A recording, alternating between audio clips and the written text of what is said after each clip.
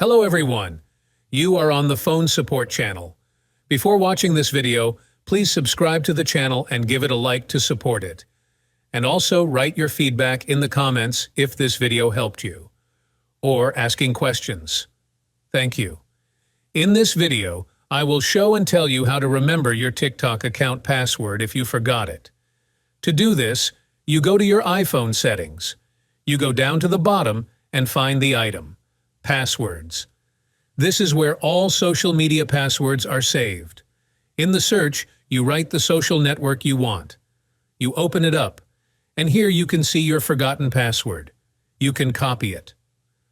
As you can see, this is a very simple and quick way. There's nothing complicated. If you liked this video, put likes and subscribe to the channel. And also see other useful videos on the channel. You are on the phone support channel. See you soon. Watch other videos on this channel.